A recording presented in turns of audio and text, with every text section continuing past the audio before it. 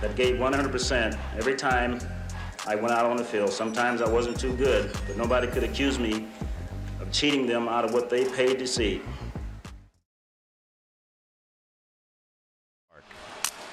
Broken bat, flare, diving step, Tatis! So impressive. I mean, we are going to be talking about him for the next 100 years. As soon as I saw Fernando Tatis Jr. make that web gem, I told myself, you know what? I'm not going to let Major League Baseball and their awful scheduling dictate if we post an MLB recap or not. So even though we had 2 games yesterday, we're still going to make a recap. Francisco Lindor kind of saved the day because he came out with some quotes that he might be done in Cleveland. We also have the Cubs.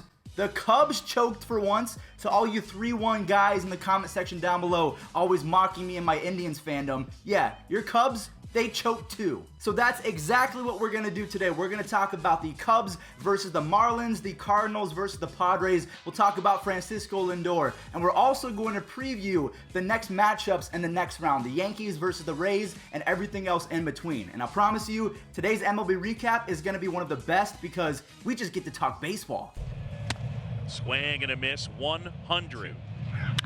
Uh-oh, that one hammered to left. Darvish with Schwarber back there looking, and that one is gone. Hensler deals. Swing and a miss, got him, and it's over. And the Marlins are headed to the division series.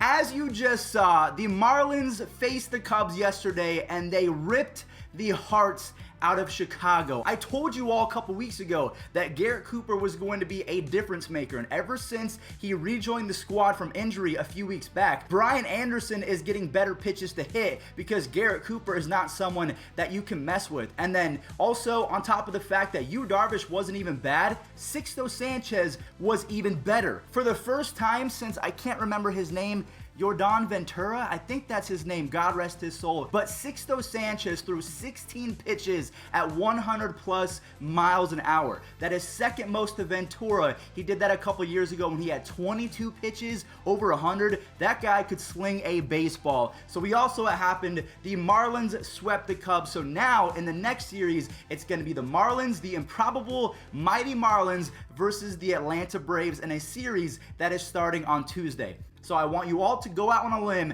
Who do you think is going to take that series? The Marlins or the Atlanta Braves? My money is still on the Braves because their offense is so good and they have Max Fried and Ian Anderson is not afraid of the big moment.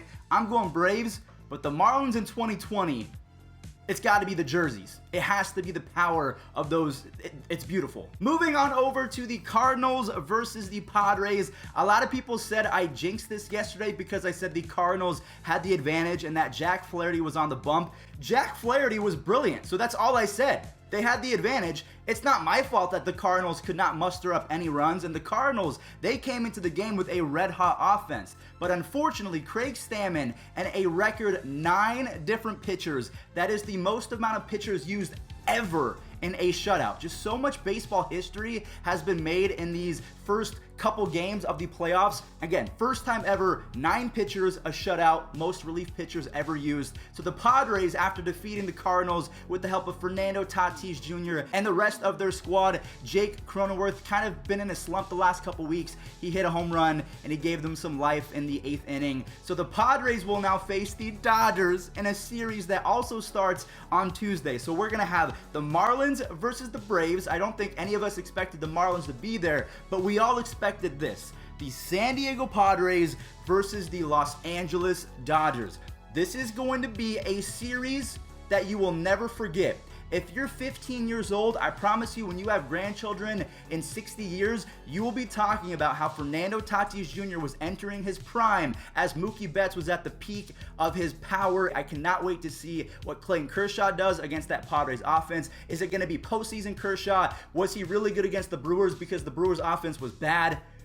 This is going to be nuts. All right, so real quick, before we talk about Francisco Lindor basically saying deuces to the city of Cleveland, I want to talk about the matchups that are happening on Monday. So we have the Astros versus the A's. Now, unfortunately, it's not letting us know who is going to be the starters in that game, so I can't say one team has an advantage over the other. I will say the Astros, they have flipped the switch. They are in playoff mode. I would not want to play them anytime soon, and Jose Urquidy and Framber Valdez, all these guys are just playing out of their mind. I do not want to to face the Astros. And on the other side, the Yankees versus the Rays, we do know that Garrett Cole is going to be their Game 1 starter, so they have the advantage over anyone that the Rays throw out there. And that's saying something because they have Blake Snell. Postseason Blake Snell is a thing. And they also have Charlie Morton, who in my opinion is probably going to get the nod. And then on Tuesday, we have the Padres versus the Dodgers. We have the Marlins versus the Braves, the Yankees versus the Rays in game number 2. And then last but not least, game number 2 of the Astros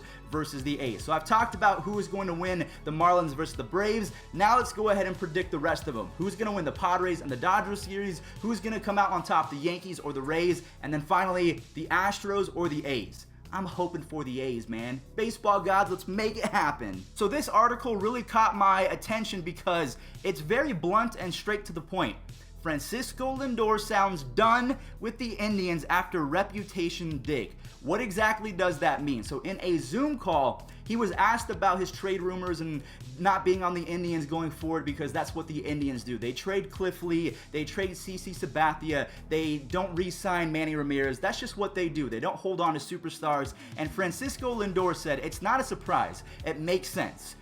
And it does make sense because that's the history of Cleveland baseball. It is what it is. You can't cover the sky with one hand. It makes sense. It's the reputation the organization has. It is what it is. On the other hand, I can't control the future. I can't control the moves this organization makes. And then he was later asked if the Indians can afford to pay Francisco Lindor. He says, and I quote, "Of course, it's $1 billion team." And he's not wrong. It's just the owners of that said $1 billion team are some of the cheapest in all of baseball. I am jealous of Mets fans because they get Steve Cohen and he might spend billions. He just does not care. He wants to have a great team on the field. And then Francisco Lindor also backed it up by saying, did you see MLB just signed a $3 billion TV contract? So he really says that, he's heard about the talk. He understands that he is going to be a prime trade candidate. And if he goes, he goes. Like he said, it is what it is. But if it comes to them re-signing Lindor, he says they should be able to do it. They're a $1 billion team.